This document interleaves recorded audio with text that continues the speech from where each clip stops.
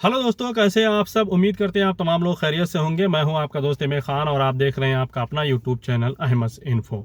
तो अच्छी खबर है मिनिस्ट्री ऑफ इंटीरियर की तरफ से उन तमाम दोस्तों के लिए जो सऊदी अरब के इकामा होल्डर हैं। मिनिस्ट्री ऑफ इंटीरियर ने कहा है कि जो लोग सऊदी अरब के इकामा होल्डर हैं वो बिना वैक्सीन लिए भी सऊदी अरब आ सकते हैं, चाहे उन्होंने वैक्सीन ली हो या ना ली हो। अगर किसी के पास सऊदी अरब का इकामा है, वैलिड इकामा है, तो वो सऊदी अरबिया आ सकता है।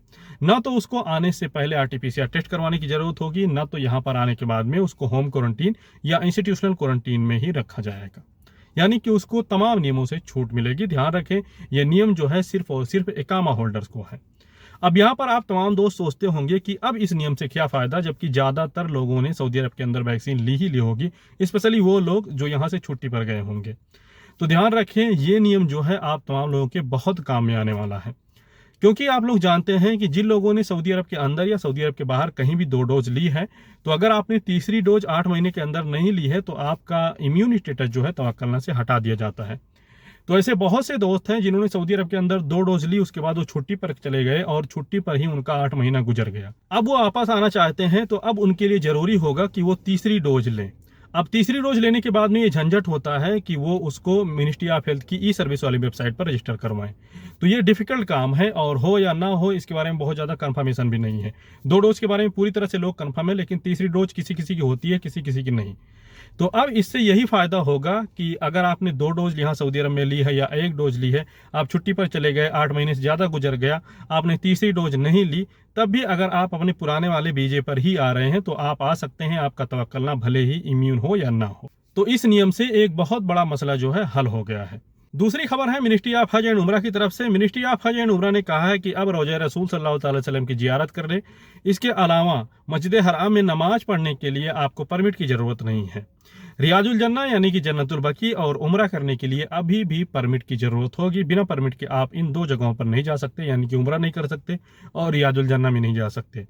और तमाम जगहों पर एंट्री के लिए अभी भी तवक्कुल में इम्यून स्टेटस जरूरी होगा, यानी कि आपका तवक्कुल जो है वो इम्यून बताता रहना चाहिए। साथ ही साथ उमरा परमिट के लिए जो 10 दिनों की लिमिट थी उसको भी खत्म कर दिया गया है। अब आप एक उमरा परमिट एक्सपायर होने के तुरंत बाद दूसरा उमरा परमिट ले सकते हैं। तवक्कुल ऐप और ईद मरना ऐप में आज से रमजान के दौरान उमरा करने के लिए उमरा परमिट अवेलेबल रहेगा।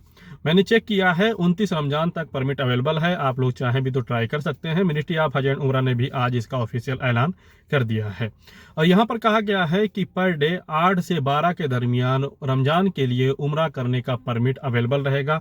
आप लोग इसी टाइम में चेक करें अगर आपको रमजान के लिए उमरा परमिट चाहिए। यहाँ पर टाइम नहीं बताया गया है कि ये किस टाइम, सुबह या शाम। तो जैसे पहले दोनों टाइम में अवेलेबल होता था उमरा परमिट, दिन में 12 बजे और रात में 12 बजे, तो ये भी आप सुबह में भी ट्राई करें 8 से 12 और रात को भी 8 से 12 ट्राई करें।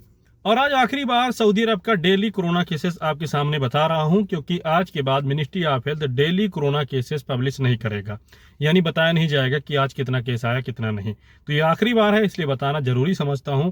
तो देखें, आज सऊदी अरब में 317 कोरोना के नए केसेस सामने आए। 668 लोगों ने कोरोना से रिकवरी की है। इसके अलावा 422 लोगों की हालत गंभीर है, यानी कि वो क्रिटिकल सिचुएशन में है। 2 शख्स की मौत हुई है। इसके अलावा बलदिया ने कहा है कि अगर कोई कॉन्ट्रैक्टर रोड पर या रोड के किनारे, अब इसमें असफाल्ट का भी जिक्र है। असफाल्ट ये काली वाली जो सड़क होती है उसको कहा गया है। तो असफाल्ट के किनारे यानी कि जो सड़क है उसके किनारे या किसी गली में उसके किनारे अगर कोई रोड पर सीमेंट मिक्सिंग करता है तो ऐसा करने वालों पर 2000 रियाल का जुर्माना किया जाएगा। तकरीबन 4 महीने पहले बलदिया ने इसके बारे में ऐलान किया था कि 1000 रियाल का जुर्माना किया जाएगा, लेकिन लोग इस पर ध्यान नहीं दे रहे हैं, तो इसलिए इस जुर्माने को डबल कर दिया गया है। तो उम्मीद है वीडियो आपको पसंद आया होगा। फिर भी कोई सवाल रहे तो कमेंट करें। चैनल पर नए हैं तो सब्सक्राइब करें, वीडियो को लाइक करना ना भूलें, दोस्तों के साथ शेयर करें। बहुत बहुत शुक्रिया, थैंक यू। मिलते हैं किसी और वीडियो में और नई और अच्छी जानकारियों के साथ।